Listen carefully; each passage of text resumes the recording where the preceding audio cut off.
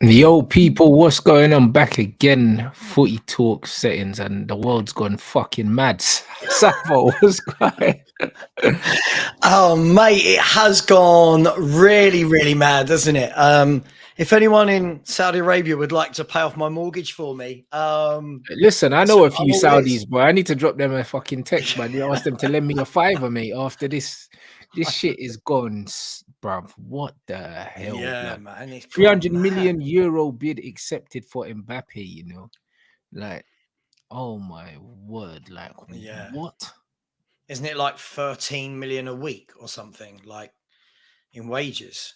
Bruv, if I'm him, I'm going. I'm going for 1 year. Bro, bruv, he threatened to sit out the whole year, like what they do in NBA and just sit out the year. Bro, go Saudi for a year, set up your family for the rest of their existence, and then come back to Europe, bro. Yeah, I mean, listen, I said earlier, me and Saeed had quite a heated debate about this morning. It was quite funny.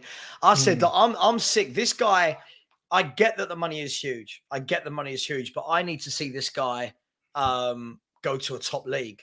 And it feels like he's putting it off at every opportunity. Yeah, However, that money is just like, I mean, 13 million a week. Can you even spend 13 million a week? of Like course not. it's a lot of money.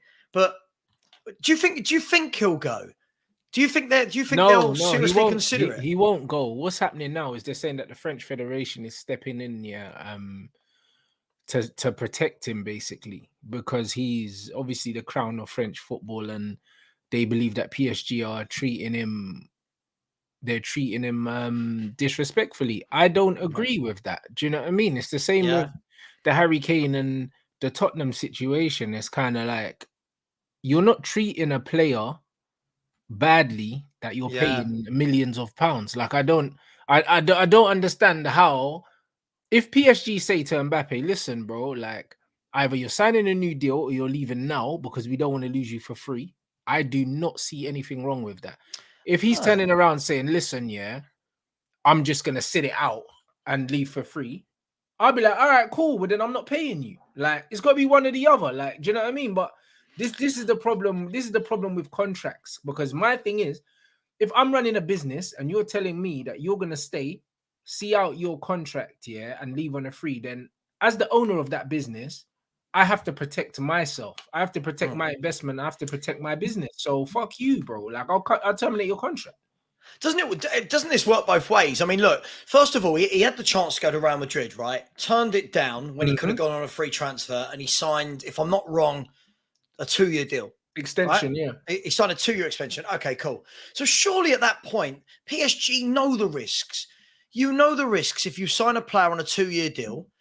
Mm. You know that at the end of year one, the guy's going to start looking if he doesn't want to stay. Mm. But if he says, I don't want to sign a contract, they're within their rights to say, all right, cool, well, we're selling you. But it works both ways. Mhm. What if it was a player they desperately wanted to keep and he was the one saying to them, oh, I want to go, but they would only let him go for 200 million and held him hostage, so to speak. Listen, it is what it is. He's got a year left, right? He's got a year left. He's got the ball in his court. I feel like you either, yes, you try and sell him. Of course you do. You try and sell him. But if you can't, you don't just say, oh, you're not playing.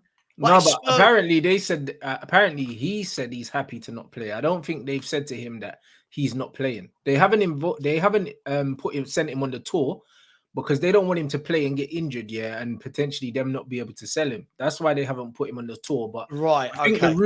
the rumors are, yeah, that if they can't resolve it, he's more than happy to just not play for a season. And they do that Right. they Okay. do that in the NBA though all the time. Like like them guys say, you know what, I'm gonna sit out because I don't want to injure myself. Do you know what I mean? They do it in the NBA all the time. It's very it's commonplace in the NBA, but not in football. Like in football, Yeah. like Yeah. players have never said that. Listen, I'm willing to. Cool. If you don't let me go, I'm willing to just you get me, just sit it out for a season. Like I, that's nuts.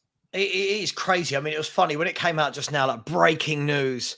It was, I didn't say shock news. PSG accept. Really? Is it a shock? Of course they're going to accept that. But I just can't see that. I mean, yes, the money is huge. The money is huge. Mm. I mean, this is, for me, the shame of it is this is such a good footballer at the peak of his powers. Shouldn't be going to those leagues. Sorry, and not yet. I mean, those leagues at the moment, 24, 25 top players that have gone there, but shouldn't be going out there at that age. For me, and this is what I was arguing with Saeed about. It was a good debate, actually. I want to see this guy go into a Madrid, a Barca, a Man United. Go to one of those clubs, like the biggest clubs in the world, make it your own. Take that pressure on your shoulders and say, right, I'm the big dog. I'm here now. Now we're going to have years of league and Champions League success. That's what I've been waiting to see for years. And he's going to do that. He's going to do that. Like, there's a lot of arguments to say that he should have gone initially in the first place. Do you know what I'm saying?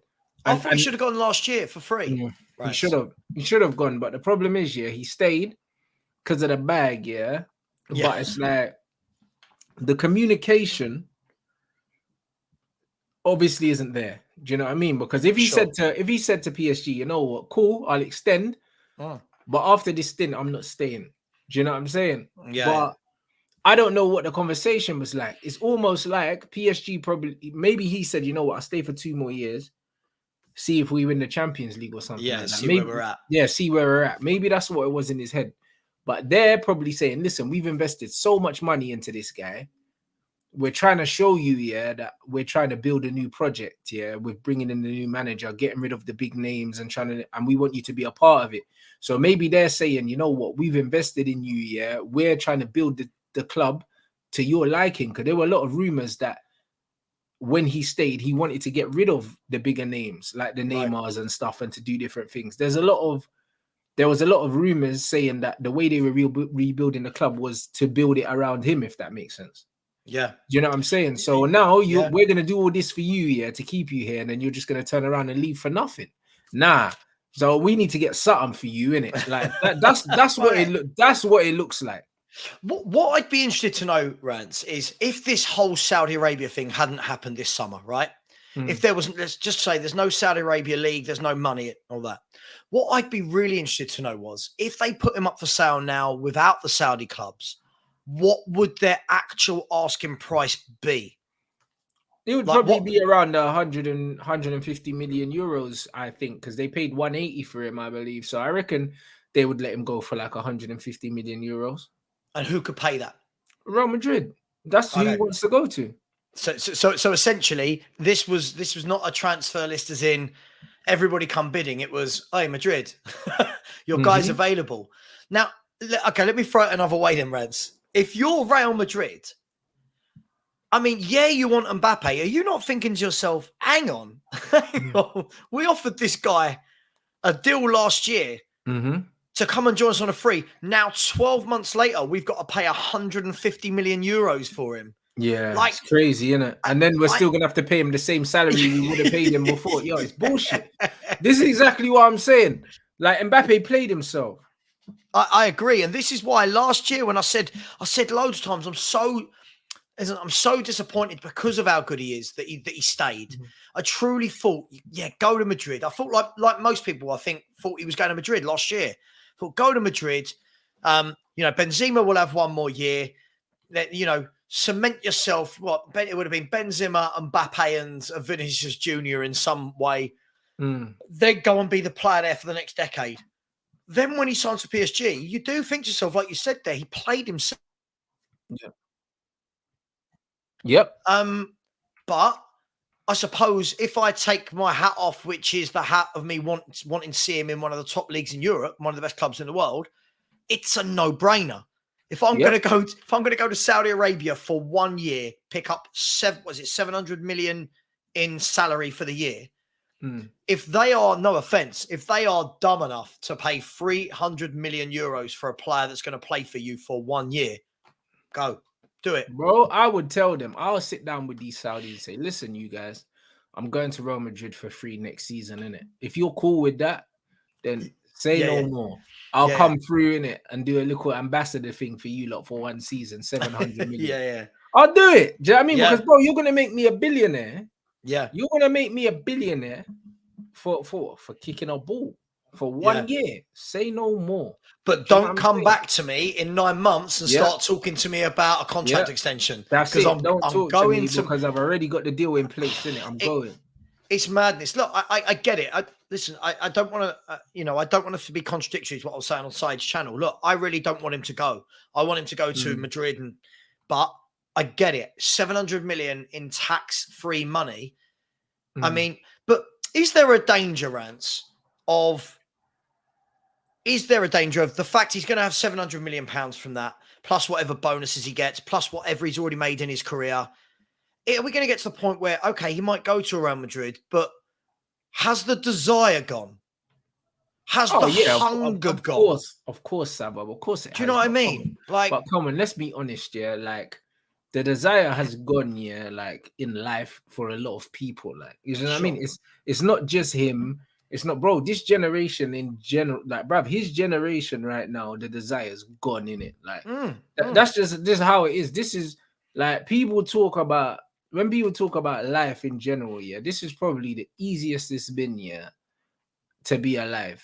Do you know what I mean? Like, bro, like even though, listen, life has been harder, yeah. And I know we talk about like property prices and all these other things, yeah. Yeah. Bro, let's be honest, yeah. That's only really an issue, yeah, because we give a shit. You know what I'm saying? Like, we don't really need to give a shit. In Europe, yeah, in the UK, we're one of the only countries in Europe where people even buy properties. My sister lives in Germany. No one buys their houses, they just rent, bruv. Do you know what I'm saying? And no one thinks about buying a house. Do you know what I'm saying? But like, bro, every day, like you walk down the streets now, it's like, come on, bruv. Like, what, hundreds of years ago, these guys were having to hunt their food and shit.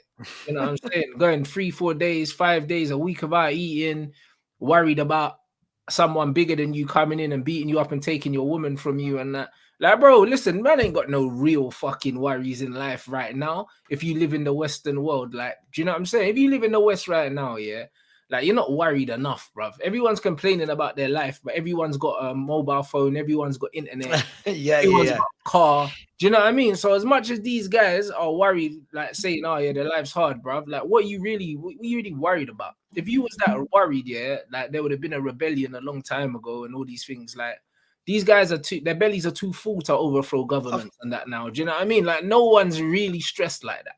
So the general hunger of humanity has died immensely in it. So like the Absolutely. are nowhere near as hungry as the guys of the era of Graham Souness's that still have to work because they didn't make enough money playing football. Do you know what I mean? Even the Roy Keanes and that, who got on the Man United legend, that guy never made enough money in his career to retire. Like he didn't, bruv. He probably never made 100 grand a week in his whole career. Do you know what I mean? And now fucking players are starting out on 100 grand a week. So, like, really and truly, like, there's no way Mbappe's as hungry as Thierry Henry was. Do you know what I mean? And so on. Of course he's not. Why would he be? Yeah, no, I think that's the difference for me. Listen, at the end of the day, he's going to do it. I think that's going to happen. Someone put a really good point in the chat where they said that does that now mean that Real Madrid that PSG will reject if Madrid did come in with 150 million? Would they now reject that because they've had the 250 million, whatever it is from Saudi? But one thing is for sure is I just think it really does. Once you start looking at players that don't have the same hunger, what is that desire to be the best? Like Ronaldo. Ronaldo had it as a kid. He had no money, right? No money, right? The wages they were on, yeah, it was good, but wasn't like 700 million a year. That desire that Messi had to be the best, Ronaldo had to be the best, Ronaldinho, like these players had a desire, a hunger. You know, nowadays it's, are we giving them so much that when he does go to Madrid, it's like, you know, even when I see fans go now, yeah, but he's won a World Cup. It's like, yeah, cool. Just because you won the World Cup at 18, that should spur you on. When you're as good as him, that should make you want more. Like that should make you want to be the best. Not But not, everyone's motivation is different though, and that's the thing. And there's nothing wrong with that. Some players want to be the best. Some players just want to be extremely comfortable, bro. And like at his age, you know what I mean? Like as much as I might want to be the best, yeah, I'm taking that money for a year. And no one's telling me any different, bro. I'm taking out money and I'm saying to them, listen, yeah, football's a job that I can do until what? Mid-30s, yeah, if I have a good career and I stay away from injury. I can't work till I'm 71. You know what I'm saying? Like you lot. So, bruv, if someone offers me 700 million for 1 year, I'm fucking taking it. Do you know what I'm saying? Because your working career is probably twice as long as mine. So I'm taking the 700 million, and I don't want to hear a single word on it. Like I'll just come out openly and just say, listen, I'm going in it. I'm going for 1 season, set up my family forever. Do you know what I mean? And then after that, back to Real Madrid, innit, to go win trophies. Who gives a shit? Like I would respect it. Listen, I think as long as I'm really hoping, as long as when that happens, that the move is to a Madrid or something. Do you know what I mean? What I don't want to see is a player of that talent getting to 27, 28, 29 and has never played for one of the best teams in Europe. That's, you know, I loved, you know, I loved that Ronaldo at a young age, at the age of 18, was like, right, I'm going from Portugal to Man United. I'm going to go and carve my way. Then from Man United to Real Madrid, right, let me go and be the player at Man United. I love that power, that hunger. And I just hope that once he's had this year, it is Madrid or that ilk that he goes to. That was a different era. When Ronaldo came to Man United, he couldn't even have been on a lot of money. You know, like that. Yeah. Ronaldo would have been on something small, like 20 grand, like if that. Do you know what I mean? Yeah. And like he wouldn't have been on no big dough. Like Ronaldo never came to Man United on 100K, bro. Like you know what I mean? Brandon Williams was on like 70 million coming through the academy at Man United. I mean 70,000 a week. Sorry, 70,000, bro. Brandon Williams, he's fucking awful. Ronaldo went on 70K. When Ronaldo came in, if he was on 20K, it was just 20K. I don't even believe it was that. Do you know what I'm saying? So come on, bruv. Like that's crazy. Like when we actually look at it, like it's a different world, man. Like of course it is. Of course it is. Like these kids are millionaires in the academy now. They got over 1 million followers on Instagram. Like it's nowhere near. Like it's not even the same game no more. No, it's not. The thing is, as good as that is, and there's more money in it, the game's lost something. You know, the game's lost that pizzazz for me, that hunger, that desire, that fight. You know, do you remember the days when it used to be, if you were a young player, you didn't get a move to another club if you hadn't made it into your first team. Nowadays, players are going out on loan from clubs. Like if you look at Levi Colwill, for example, and I'm not saying he's not a good player. I think he's going to be a really good player. But what you're saying is spot on. I know where you're going. Right. He's gone and played 17 games on loan at Brighton last season, right? And already people are going, oh my God, Thingy want him for this much. Thingy want him for this much. Yeah, like, Liverpool want him. This yeah, back in the day, he used to have to, like, if we're using the Chelsea example, he used to get into the Chelsea team, make yourself a first team regular, put in a 50 to 100 appearances at least, and then you get your money move. Nowadays, people are getting the move without actually having to break into their first team. Yeah, it's crazy. Balogun, Arsenal, another one. 50 million. It's true. You weren't good enough to break into the Arsenal team, and someone's going to pay 50 M's for him. You're spot on, right? Mate. It's mental, mate. But look, I accept people in the chat probably looking, going, "Oh, you nostalgic old man," and all this. But no, but you're right though. It's crazy. I can't remember a time growing up where a player weren't good enough to break into Man United's team, and then another Premier League team signed them for like big money. I've never seen it. Right. No. You're spot on. It's happening everywhere though. Like Henry and I keep having this conversation about. He's like, oh, well, if Kane goes, I want Spurs to drop like 60 million on Evan Ferguson. I knew it, yeah. And I'm like, hang on, yeah, he looks good, but he's also had like 15 or 20 games in the first team. Like, how are we talking about dropping these fees on these players that have done nothing? Like nothing. It's absolutely crazy. But that's the world we're in, right?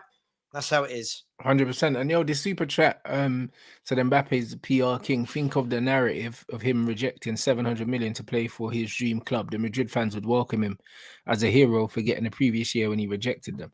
That's a good point. It's a good narrative though.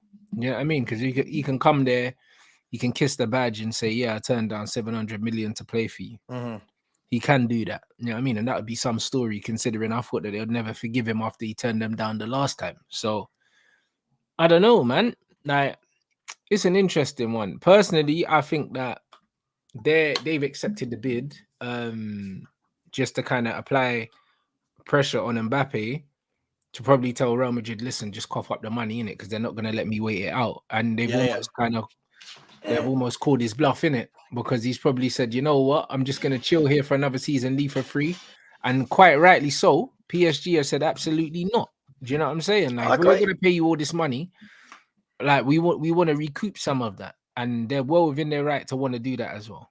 Do you know what I mean? Yeah, So I agree. I agree. Yeah, like somebody in the chat said, yeah, look, like Man City sell half their youth team at like 10, 20 million each. They've like not even played for the first team. But yeah, listen, I agree with you. I think you'll go. I feel like it's. I mean, is that going to make people tune in? Is anyone going to? Like, I don't know. What's your feelings on this? Are you going to watch the Saudi League? Honestly, probably not. You know, there was there like it's one of them ones where loads of players have gone, and it means that I'm probably going to I'll keep half an eye out for it, but am I gonna sit through the games, bro? Like, football is a squad game, innit? Like, even if they sign all these players, every team's only gonna have like 3 good players. It's like, did I watch the MLS when fucking Pirlo and Beckham and Rooney were there? No, I didn't. Do you know what I mean? And the Saudi league's exactly the same.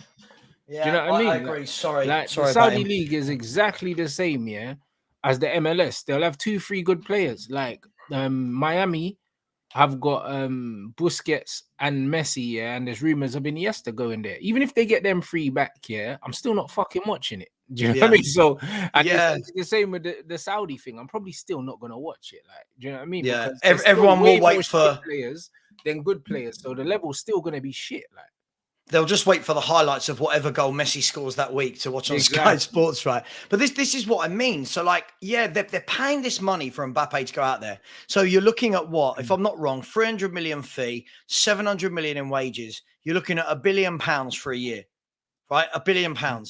What is it that they're getting for that billion? Like, is it people were saying about the marketing for the league, but anyone I've been speaking to, I don't think anyone's got an interest in watching it. Like, I'm not going to watch Steven Gerrard's team play because he's bought Jordan Henderson and whoever else he's buying. Someone else I saw he was buying this morning. Like, I just can't understand that the billion is the juice worth the squeeze. No, not really. Mad. But they don't care though, bruv. Like money's not real. Like, do you know what I mean? And that's just what it is. Money is not real. Like, this is the world that we work in. Like we live in a society now here where they're just printing money. Like money don't mean nothing. Like, I mean, it's just digits on the screen, bruv. Like, it doesn't mean anything. Like, money ain't backed by gold the way it used to be. So, like, money's just not. It's not worth nothing. So all these figures that these guys are throwing around now is insane, bruv. You know what I'm saying? Like, they've literally got an unlimited amount of money, bruv. Like, we don't actually know where the money's coming from. We don't care. Do you know what I mean? It's just like, it's nuts, bro. Like, this is nuts. I just want one of them to buy Spurs. That's all I want, mate. I don't, like, when people are like, "Don't you care where the money's come from?" Nope. No, as long as it keeps coming, bruv. You know what I mean? Like, this is it. We don't care where the money comes from as long as it keeps coming. And that's why I said I just want the Qataris to hurry up and just announce this Man United the purchase, so we can start to spend money like this. That's all I want. I'm not against it. Do you know what I'm saying? Now, do you think we're going to get to the point, Rants, where so many clubs are going to be owned by this kind of wealth that soon you're not going to have that? Oh yeah, but look how rich they are. It will literally be every transfer will be like a dogfight for like 200 million pound players that aren't even that good. I feel like we're heading towards this really weird, this really weird reality where everyone is going for ridiculous fees. Everyone's going to be rich, and there's going to be no favorites anymore. Everyone's just out there to fight for money. Like, I just feel it's going that way. No, but you know what it is, yeah? You know what it is, though? You know what I think will happen, though? I think it's going to go full circle, yeah? And, like, it's going to go to a point where I think this Mbappé situation is going to be the catalyst for everything to go the other way. Do you know what I mean? For players, possibly for players to stop signing long contracts, and for players to be leaving on a free, and then I wouldn't be surprised if you're going to see a lot more free agencies, a lot more moving towards like the trade model. Do you know what I'm saying? Because sooner or later, yeah, it just can't happen. You know what I mean? Salary caps won't be that far away, and then it could be a trading situation because this money is obscene, innit? And it's not Nice. sustainable. Like it's not No, it's not. sustainable. So it's one of them things where I think that players will be looking at the Mbappé situation and they'll be like, listen, like we've got to leave on a free because if we sign these 4-year, 5-year deals, like even these Chelsea players that are signing 8-year deals, like what in the actual fuck, bruv? Yeah. Do you know I what mean, I'm saying? we were having a debate yesterday about whether this would work, right? Just Mm. play the hypothetical game. If there was like this kind of rule introduced, it'd be different for each league in terms of the values. But imagine the Premier League said, for example, no club can buy a player or sell a player for more than 100 million, and no one can pay any wages above 300k. Yeah. Do you think that would straighten out to the point where, all right, you might look and go, that player's never worth 100 million, but at least you know that we're not going to start getting those fees where it's, you know, we want 150, we want 140. It will either be, yeah, he's for sale at 100 or he's not and he's seeing out his contract. Like, do you think there could be something in that? I know it's a dream world, but the reason why I think, yeah, you can say that players can't go for over a certain amount. That's great. If there's a transfer cap and there's a salary cap, I think that'd be great. Do you know what I'm saying? I think that would be great. However, yeah, then players are still gonna have their own intrinsic value away from that. Do you see what I'm saying? Like wherever there's competition, there's going to be people breaking the rules. So even if you can't pay a player over a certain amount, they'll still find a way to pay the player more money, whether it's through sponsorships, whether it's through whatever. That's how Man City were getting away with paying things. Like they had certain brands paying players from a different fucking account and all these other things. Like they said Mancini was getting paid by another Emirates account that wasn't Man City and all these other things. Like, bro, come on, man. Yeah. Do you know what I mean? Like, at the end of the day, yeah. Like, where's that mysterious 50 million sign-on bonus come from? That's you know what I mean? it. That's what they say in America, bro. Some account in Bahamas, you know. That's what they say. If you ain't cheating, you ain't trying. That's what they say in America, isn't it? Someone's gonna be cheating somewhere. So it's just one of them things where I think the money's still gonna be there, but maybe not on the surface. But the money still, players are still gonna be getting backhanders. Like they're still going to be offering people other things. Like even when you look at the Messi thing, like they pretty much offered him his own franchise. That's why he went to the MLS. Do you know what I mean? Like, so yeah, Beckham's got a franchise, and I think they offered him. They either offered him his own franchise or they offered him equity or something like that in something else, bro. Like, there's always a way of enticing people to go places, and it might not be as straightforward as just the money itself. Do you know what I mean? But it could be opportunities. I agree with you. It just I think we both agree, right? And I think most people would agree, though, it can't continue in this fashion. You know, and it's quite ironic as well. Like, rest in peace to Trevor Francis, who passed away today. But it's quite ironic that the first £1 million footballer in Britain passed away on the same day that a club puts in a 300 million euro bid for a footballer. So who passed away? Trevor Francis. Oh shit, I didn't see that. Yeah, 69, passed away. Remember, he was the first player to go for £1 million when Forest signed him. Brian Clough back in the day. But something's got to give somewhere. It can't be this forever and ever and ever. It can't be, because we're going to get to the stage where the smaller clubs, what hope are they going to have? What hope are they going to have? Facts. And that's just what it is. That's just what it is, unfortunately, man. I'm not really sure. But then, boy, when you look at the smaller clubs, I think, didn't you say in the Premier League there's only one club that don't have a billionaire owner, or maybe two? And that's Nottingham Forest and what, Brentford or something like that. Yeah. I mean, look, if you're not a billionaire, you won't be able to own a football club. That's what they'll end up having to sell it, probably. Yeah, no, absolutely. And listen, I get it. I just think that there needs to be something. I think when we're at the days where a human being can cost 300 million. I mean, it's not even like it's 300 million on like a 10-year deal or an 8-year deal or 5-year deal. We're talking about just a little pass-through contract. Yeah. So, like somebody said, Saeed said it earlier, which was funny. He said it's like you're taking a gap year. Do you know what I mean? That's exactly what it is. That's why I said just go do it, for a year, bro. Like, that's just like a little year out, a year to go traveling and that. Yeah, I don't like my job. I tell you what, I'll just go and do some traveling around Australia and Thailand for a year, come back, Mm, then get a proper job. You know what I yep. mean? But look, it is what it is. I think we know how this will pan out now. So look, I'll be interested to see the merry-go-round. Like, I think then what does that then free up? What, Vlahovic to go to PSG? I'm guessing it would be Vlahovic. Then that frees up Juventus to sign. I think they want Lukaku, and then it'll be Man United. Chelsea will sign whoever they're signing, and then it could start a domino effect. That's what I mean. Mm. That's what it is. It's going to be interesting. It's funny because Juventus, I don't know, Juventus kind of saying, I don't know, given the idea that they don't really want him now, Lukaku. And obviously Inter have come out saying they don't want him either. Like, he's another one that could be Saudi bound because he ain't getting many suitors. It's really mad. And then obviously with the Harry Kane situation, it's one of them things where even now United are getting linked with a late bid for Harry Kane now because pretty much it seems as though Tottenham want rid of him, but Bayern Munich don't have the money to pay what Tottenham want. And they don't want to lose him on a free. So it's getting to a situation where it could go down to the last week of the window. Yeah.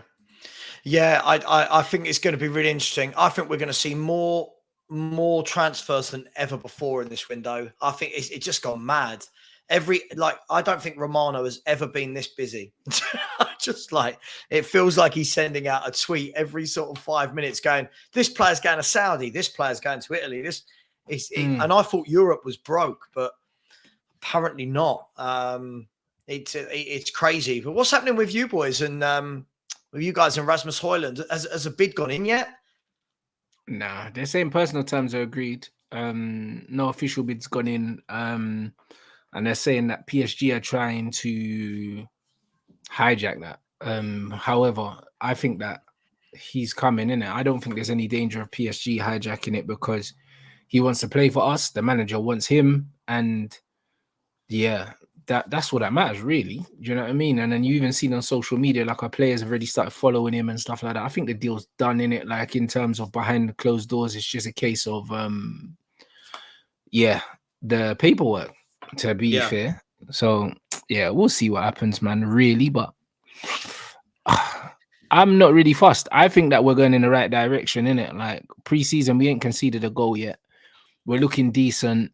In terms of structurally, like forget the results because the results are not important. But in terms of the way that we're playing, the way that we're setting up, it looks like we're going in the right direction. So I'm confident with where we are. Do you know what I mean? To be fair, like it's not often that United surprised me anyway, but we're looking a lot better than I thought we would look. And we're not finished. We're not finished. We still haven't seen our goalkeeper in there yet. And I think Amrabat and Højlund will come in as well. So nah, man. How did you play against Arsenal? Yeah, we cooked them, man. You know what I'm saying? We absolutely cooked them. I'm not even gonna lie, bro. Like, I'll be real. Like, what's it? Heaton made one save in the whole game. Like, he made a double save from Martinelli. Other than that, Arsenal didn't have a sniff. We absolutely cooked them, man. Really? And then beat them on penalties. Yeah, after we beat them in the normal game, just to add insult to injury, bro. It was an easy game. I can't lie, we battered them. Like, so it was just, I don't know. It was just one of them things where we didn't let them play out. The press was very good in it. The manager's got us pressing like demons, and that's why he bought Mason Mount in it. Like that's how our manager's decided he wants to play, just press relentlessly, and we didn't let them out. Arsenal struggled against us big time. Do you know what I mean? So, no, bro, you saw the videos. Their fans were fighting each other. Like, yeah. Like, they got absolutely schooled in it. Like, and that I'm was hoping that we get back to the. You remember when AFTV first started? Yeah. Right? And look, I can't laugh at other clubs because Spurs are rubbish, and I'm fully aware of that. But what was always good was if Spurs had a bad game, we'd always go, well, at least Arsenal lost tonight, and we can all go and watch AFTV and see them all having a laugh and a fight. I think this year's the year, you know. Like I said it before anyway, like because I had a show with Hadji, and Hadji was saying that he thinks this is Arsenal's year to win the title, and I said the opposite. I said I think this is the year they fall apart, and they're gonna massively underachieve compared to what people think they're gonna do. People think they're gonna kick on, but I think they're gonna go backwards. I just don't feel like, again, the problem is being a Spurs fan and talking about Arsenal, the moment I say anything, I get called salty, right? Of course, but who cares, man? Yeah, no, listen, it's all good, but I just don't think.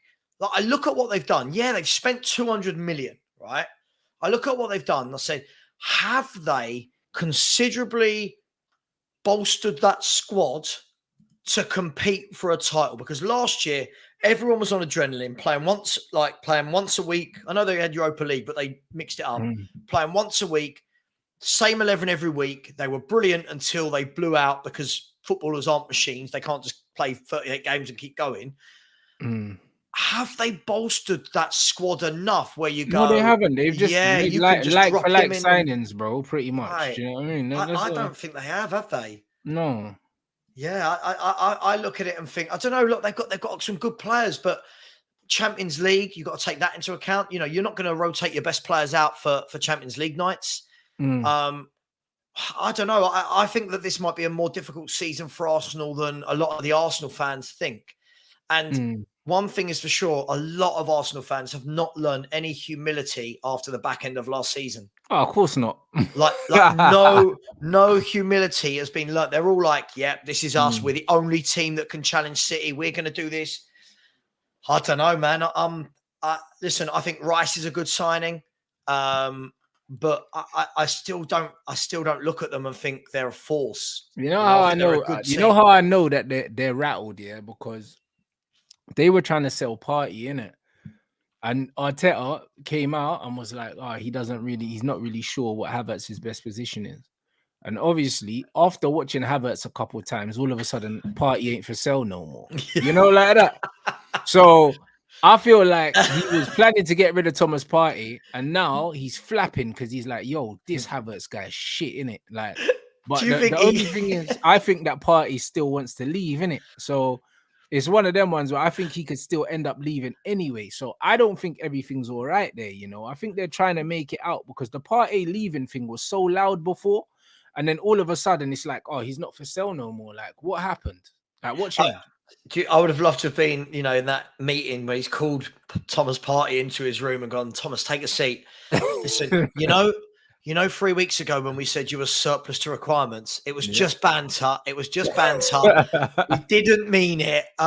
You're going to start every game alongside Declan."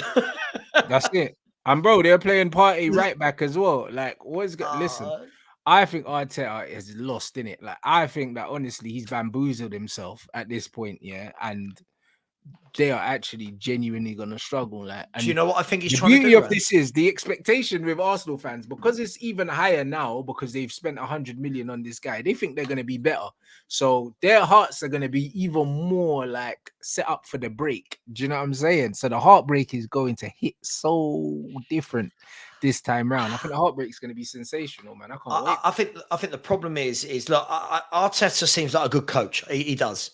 Look, he's got them playing, and obviously he's worked with Pep. I think the problem is he's trying to emulate Pep, and what Pep is the master at is getting loads of players who can play in different positions and mixing it up.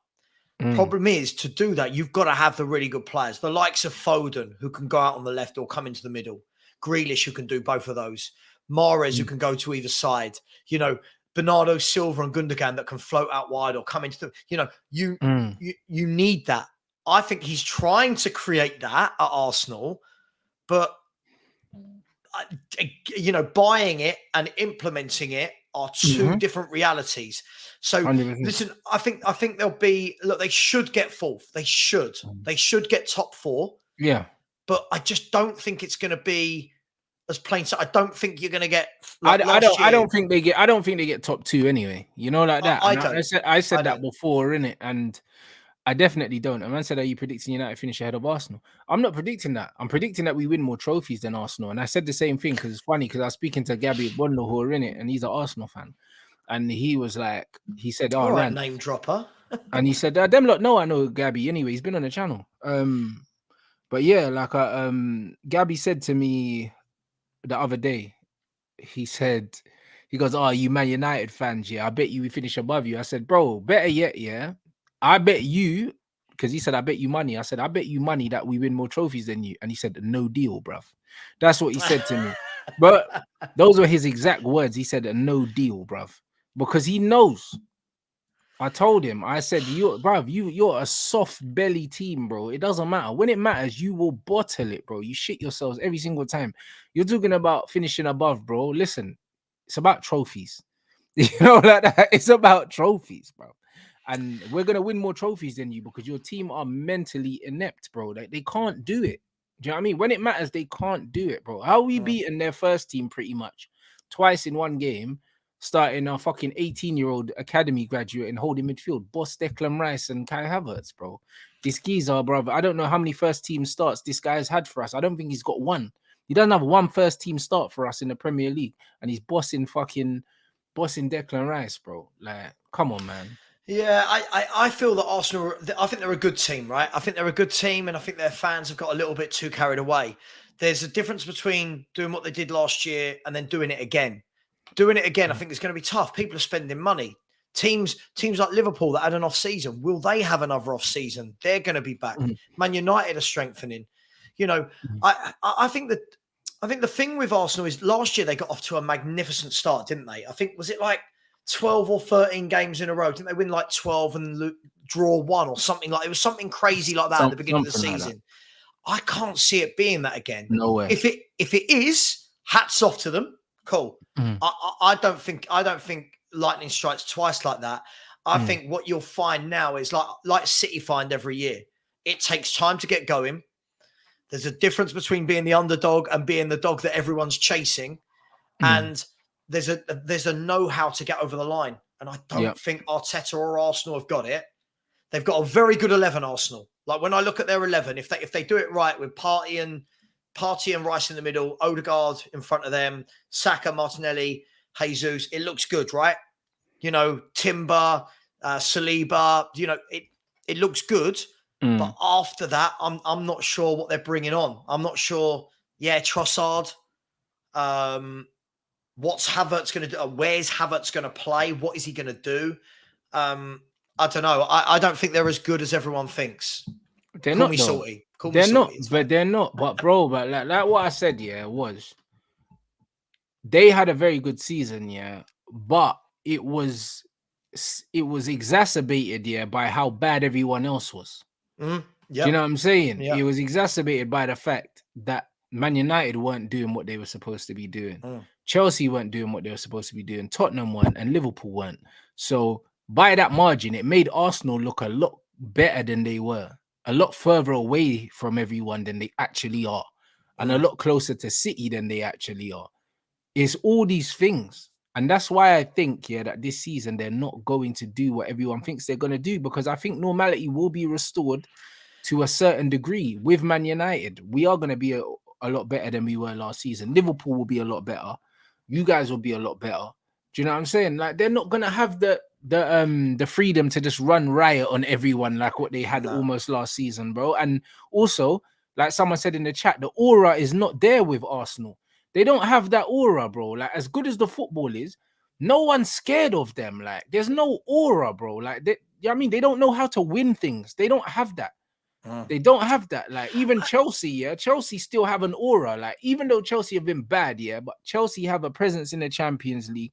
They're the team, that can finish fucking 10th in the league and win the Champions League, bro. Like, Chelsea still have an aura about them as a club. Arsenal don't have that aura no more. Like, do you know what I mean? This Invincibles thing was a very long time ago. Like, no one cares about that anymore. Yeah, look, as I said, I think they're a good team. I think they're a very good team. I think they play some good football. But every year is different, right? Every year is different. You've now got to factor in Champions League with them. Yeah. And players that haven't got over the line before, it's difficult, especially when your manager's not there to guide you. And this is the thing. You never see Pep panic, right? You never see Pep panic, right? Pep is one of those that he's got over the line in everything multiple times. He knows what it takes to win Champions Leagues, FA Cups, League Cup. He knows what it takes to win these tournaments. He knows when a player needs to be rested, right? Arsenal last year, for example, like, they just ran Saka into the ground, like, game after game after game after game. And that's the difference. City don't have to do that. Arsenal, listen, I think Arsenal are a good team. I'll say it again. I think they're a good team. I think they're going to be top 4. I'm just not sure that it's going to be this title challenge that many think it will be. But listen, hands up, how many of us were wrong last year? How many of us said the league was going to be the way it was last year, with Newcastle top 4, with Arsenal in second? So listen, it's all guesswork right now. Newcastle's another team as well. Like, do you know what I mean? I don't think they're going to have as good a season as they did last season I either. agree. I think that their Champions season League. and Arsenal season was down to the fact that, yes, no Champions League, but also the fact that everyone else around them that should have been above them didn't do what they were supposed to do. I think Newcastle and Arsenal are going to have very similar seasons. Well, the thing is as well, both of them, if you look now, Aston Villa, Newcastle, Arsenal, 3 teams that weren't expected to finish where they did. Now all of a sudden they're going in with, you know, with Europe as well, and not just like Europe, obviously for Villa, but Villa are making some nice, astute signings, and they've got the master of European competitions in Unai Emery. He knows how to do that. Newcastle, I think, is going to be, as you said, I think it's going to be a difficult season for them. I think they're going to be a good team, but I don't think it's going to be as strong as last year, and they're going to have to navigate Champions League. Same with Arsenal. Teams like Liverpool, right, are going to be able to make more changes in their Europa League games, especially in the early stages. They're going to be able to say, oh, you know, Alexis McAllister, you come and sit off for a minute. You know, Salah, come and sit here for a while, and then you're fit for the weekend. So it's a huge, huge difference between having one game a week and then going to Champions League. That's where Spurs can never cope. Spurs can't cope. We have like we haven't even got a good 11. We get a good 11 at times, and then that plays Champions League, League, Cup, FA. It's like, we'll see. I think they'll finish 4th, 3rd or 4th. I'll go with 3rd or 4th for Arsenal. I think Liverpool will finish 2nd. I think so. I think City will win it. But listen, there's still time for big signings to be made. Like, I think if you boys were to pull your thumb out, and you know, if your club was to pull your thumb out and buy Harry Kane, for example, not saying you are, but if you did, that automatically for me puts you in a title race. So, but if we sign Harry Kane, we're in a title race 100%. Like, there's no two ways about it, bro. Like, I don't think we're far off, bro. I think the distance between us and second spot next season it's not gonna be far. I don't know where we're gonna end up. Do you know what I'm saying? I don't know. I think we're definitely finishing the top 4, but I don't know where we're gonna finish up. Whether it will be 2nd or 3rd or 4th, I don't know. It will go down to the business that we do. But from what I'm seeing of my team in terms of how we're setting up structurally and how we're playing, again, we're going to be very difficult to beat, just like we were last season, to be fair. Defensively, we weren't bad. We didn't, you know what I'm saying? I don't know what exactly the numbers were, but there's a reason why our goalkeeper got the Golden Glove. I think we got the most clean sheets.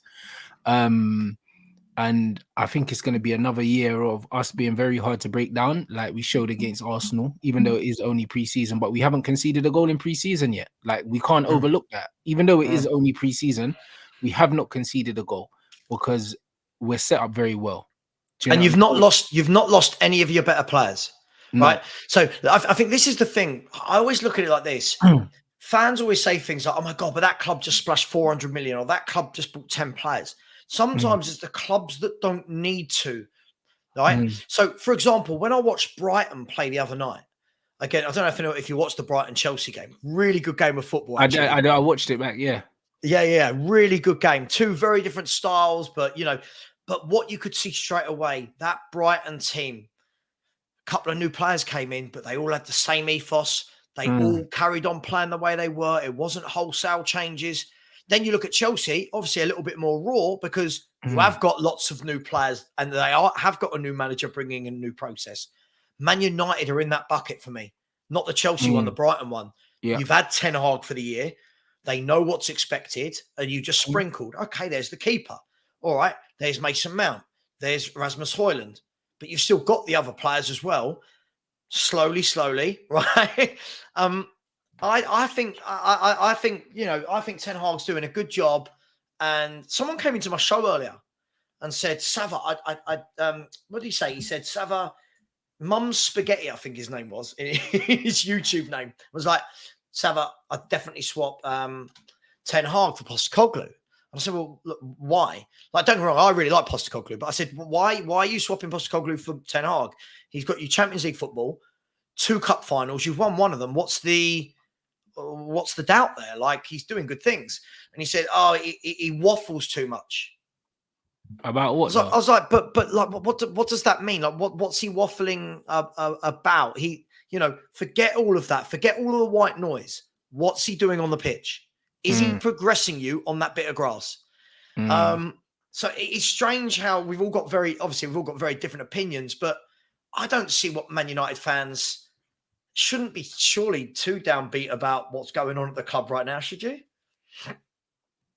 Bruv, I don't think we should be downbeat at all. Listen, like, you judge the manager on what he's doing, not what he's saying, because a lot of the stuff he says you can't take seriously. Like, a lot of the stuff he said, he's gone against it by getting rid of these players. Do you know what I mean? So, like, what the manager actually says, unless he's speaking, like, answering a direct question factually, like about a style of play or about XYZ, when it comes to players, you can't believe anything he says, because he said loads of things, complimentary things about players, and got rid of all of them. So like, this is just what he does. So I used to get frustrated about that, because I used to say, hold on, De Gea's just cost us a game, and he's come out praising De Gea, and I'm just saying, I need to smash my head against his desk. But he got rid of him. When it came down to it, he didn't sign the contract. So the manager is do you know what, Harry has shown that he knows what he needs to do. Harry Redknapp used to do that. I remember he'd come out and he'd be like, if the forward scored a goal, he'd go, oh, terrific. He went, Jermaine, best finisher in the league. Next game, he'd be on the bench. Adel Taarabt, most skillful player I've ever seen. Wouldn't see him for another 10, just... That's it, bro. Like, man, he just knows what to say, innit? Like, yeah. And that's just what it is. It keeps the players on side for as long as they're there, innit? Yeah. And that's just what it is. I think no United fan could be unhappy with the manager. I think we can be unhappy with potentially the targets, because we would have hoped that the Qataris were in and would be spending maybe some more money. But the thing is, the manager doesn't want to spend money, like more money. The manager wants the players he wants. Do you know what I mean? And the manager's not veering away from the specific kinds of players that he wants. And I'm okay with that. Like, honestly, even if we had a 500 million kitty, I believe he'll still go after the same players. Like, there was a quote coming out saying that, he wants United to be the club that they're supposed to be and get Højlund and Kane. Like, he doesn't want one or the other. He wants both of them. So like, Harry Kane is obviously a player that he wants, but he doesn't know if it's realistic. So he's shopping around anyway. And if Kane becomes available, then even if you've got Højlund, he expects the club to put in a bid for Kane anyway. And I believe that if we feel like we can get him, we'll put the money down. Like, because there's always money there for Harry Kane, because we're going to make that money back straight away. He makes you title contenders. And this isn't me being a biased Spurs fan. This is me being a fan who realizes that there's not many people that grab you 30 goals a season. Sure. And yeah, look, lots of people have said in the chat throughout, what do you think about Kane, Savva, Kane? Listen, my stance hasn't changed all window. I don't want him to go on a free. I'm full. Listen, I don't get emotionally attached to players. I'm fully comfortable with Harry Kane going. I actually think it will make Spurs a better team. A team. There might be some short-term pain, but I think it'll make us a better team in the long run, where we don't focus everything we do through one man. But at the same time, somebody's got to come and put some. You've got to come put the Benjamins, as they say, on the table. Sure. And apparently, Bayern Munich are about to bid 85 million sterling. So if they do, I think that starts turning Levy's head to say, okay, you're at the table now. Let's discuss. Do you know what I mean? Yeah, 85 million pounds sterling is a lot, but United can drop 100 million sterling, like, no problem. Do you know what I mean? And at the end of the day, I believe that Kane chooses to stay in England and to go abroad if the opportunity is there. So far, no one else has bid for Harry Kane apart from Bayern Munich. I just wonder if there's a little twist there, Rants. I fail to believe that. Look, listen, I know lots of clubs will sit back and think, okay, we can get him on a free. But obviously the difficult part of that is they all know that only one club will get him if he goes on a free. Yeah. I wonder whether we might have spent all this time talking about Bayern Munich because they're the ones bidding, that they get to a stage where they put an 85, 90 million pound bid down that we accept. and then you might see someone from left field go, hang on, hang on, if you're accepting 90 from them, here's 90 from us. And I think that will be Daniel Levy's dream, playing chairman off against each other. I think that's what's coming. Sides. That's what's coming, because there was Yeah. rumors that United told Harry Kane hang tight in it, like to later on in the window kind of thing, and they're just keeping an eye on it. Yeah, and it's I one think of them he wants things to go, Rants. I think he wants to leave the club, but I don't I think he wants to go to Germany. I think that he thinks that that's potentially his only option right now. He would obviously want to stay and break the Premier League record. Why would that not be his first? Why would that not be his first choice?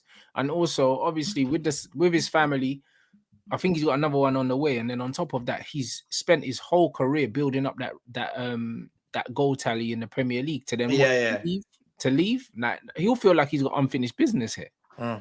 Yeah, there's so many question marks around this. But one thing we do know is there is no smoke without fire.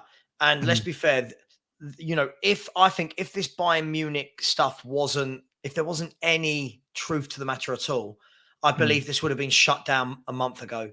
For sure. But the fact that no one from Spurs is saying anything, the fact that Kane's not saying, listen, I don't think he would say anything, but, you know, hang on, can you wait there? Yeah, sure. Yeah, man. This apparently he's pushing for Bayern. I think Kane thinks that Bayern is the only opportunity that he's got to leave Spurs at the moment. Do you know what I'm saying? That man saying his wife was looking for houses in Germany and international schools. I hear all of that, but why wouldn't you? Do you know what I'm saying? Because as it stands, that's the only bid. Now, I mean, you lot get the likes up. You know what I'm saying? We ain't even got 500 likes here, man, and we got 1.4 in here. So, do you know what I'm saying? Come on, man. You lot do what you need to do. Pay your rent, man. Yeah, you know I mean, the numbers are shocking considering the amount of people in here. So get those up. Sorry, my dog just knocked a vase off of. Oh, don't. Sorry, I could just hear a crash, and I'm like, oh no. Damn. But yeah, they were saying, oh, Harry Kane's wife was looking for schools and all these other things. But yeah, but she's gonna do that anyway. She's gonna do her due diligence here. But bruv, like, that's the only official bid that they've had. So of course they have to take it seriously. But that doesn't mean someone can't come out of left field with a big bid, and absolutely stir this whole thing up.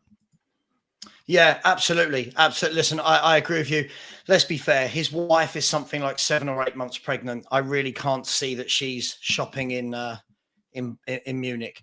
But and there's no photos of it. But look, I think we're at silly season now of Harry Kane. Every day's a different story. Today it's about Joe Lewis ordering Levy what to do. Joe Lewis hasn't been involved in this football club for over 20 years. I don't know. We'll see on this one. I think it will start moving. I think it will start moving in the next couple of weeks, as long as Levy doesn't do this in the last week of the window. Do not sell us short like that, where we go, oh well, we tried in the last week and couldn't get anyone. Yeah. So yeah.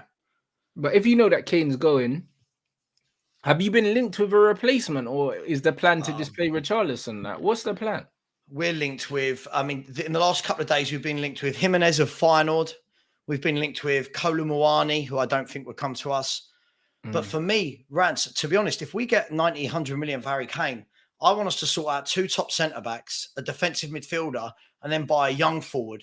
We've got players that will score goals. You've got Kulusevski, you've got Maddison, you've got Son, you've got Solomon. There's goals there that we can share about, but we can't stop conceding them. So, so yeah, I think that, I think I wouldn't be going for a like-for-like Kane replacement, if that makes sense. I'd want to fix up other areas of the pitch that allow us to be a team. Oh, 100%. But that's what you should do most of the time. You lot tried to do that with the Gareth Bale money, and it didn't work out. However, like that's what you need to do, innit? You can't replace players of that quality like for like. So you just have to plug different gaps and improve the team holistically, man, because you're never gonna find an immediate replacement for Harry Kane, bro, or anyone anywhere near him. Yeah, no, absolutely. But I'll be honest, I'm so bored of it now. I'm happy that we've had him for 10 years. I'm happy I've seen hundreds of goals, but I keep saying to all these Spurs fans that, oh my God, if Kane goes, we're getting relegated. No, we're not. We're not getting relegated. Don't worry. If Kane goes, the club might as well fold. No. I've seen Ginola come and go. Sheringham's come and gone twice. Yeah, football doesn't work like that. Modric, it's all right. We're gonna be all right. No, 100%. Football does not work like that. Do you know what I mean? People think like one player goes, all of a sudden everything's gonna fall apart. It's not gonna be that. It's absolutely not gonna be that. So it'll be very, very interesting to see what happens, man. So I don't know. We just need to stay tuned with this, guys. But I think there's definitely gonna be some twists. As far as Harry Kane goes, I don't think it's going to be as simple as, cool, fees agreed with Bayern Munich, he just goes without someone else bidding. You know what I mean? You never know. I think people are keeping an eye on it to kind of see, like, what are Tottenham kind of willing to accept? Yeah. I think once the number hits 85, I think that's the getting to the table stage. And sterling, not euros. They've already offered 80 million euros. But listen, it's gonna be interesting. It's just there's a different report every day. Everyone thinks they know. Now there's talks of a buyback clause, and I'm to be honest, Rants, I'm so bored of it. Like, if he's going, sell him in the next 2 weeks, get the money, buy in who we need for the season, and let's carry on with Tottenham Hotspur. We're not Harry Kane FC. I didn't grow up supporting Harry Kane, right? I grew up supporting Tottenham, and if in a few years' time, I won't be supporting Harry Kane when he's at another club. It's cool. People move on. I don't support my ex-girlfriend, do I? I don't care what she's doing. Do you know what I mean? It is what it is. No, 100%, guys. So we need to keep an eye on that. But I genuinely think, this is what I think. I think that a lot of clubs are sitting down, looking at Bayern's negotiations with Tottenham and waiting to see where Tottenham are willing to come to the table at. That's what I think, because it's been so quiet, and he's a national treasure. Harry Kane is literally like the face of English football, and you're telling me that no English teams have inquired, bro, and none of them are keeping an eye on this situation. They're all just sitting there rubbing their hands saying, all right, let's see when Levy and these lot are willing to sit down at the table. And as soon as they take a seat, I'm going to grab my seat as well. Like that. That's exactly what's going to happen. I believe as soon as they say to Bayern Munich, cool, we're willing to sit down, bid accepted, then you're going to see Man United come in. Then you're going to see Chelsea come in. Do you know what I mean? And that's what you're going to see. You know what I mean? I agree. So I think this is far from over. I don't think Harry Kane leaves the Prem. I will be absolutely astounded, if Harry Kane ends up going to Bayern Munich this year. I think there's more chance of him staying at Tottenham. So I don't know. Yeah, it's going to be interesting. Yeah, I can't wait till the day that I'm not talking about it on a channel. Do you know what I mean? It's madness. Like, I want to be able to talk about other players, but hey, that's where we're at. And I think once he goes, he goes. Yeah, 100%, guys. Do you know what I mean? So get these likes up. You already know what it is, man. Like, what, 1,400 plus in here, and we just got over 500 likes. We need 800 minimum, guys. Get those likes up. Savva, what you got coming up the rest of the day, rest of the week? Yeah, I'm on with Henry in a minute, and then I've got I'm doing a fan phone-in show at 7:45, which is always fun because Spurs fans love a rant and we're all unhappy. So it's like a therapy moaning phone-in session. And then just got my shows every morning and videos every day. And thank you. After the last show, by the way, after we finished, about 30 to 40 people subbed, which was clearly off the back of this show. So thank you for that. And if anyone did want to subscribe, we're nearly at the 8K. So we're flying at the moment. So I remember when I was on about 500 rants and asking your advice. Yeah, but see, this is what happens, man. Do you know what I mean? It's just consistency, man. Keep putting out the good content and people come through. So you guys, the link to Savva's channel is in the title as usual. So make sure you subscribe to that. And I will see you guys again tomorrow.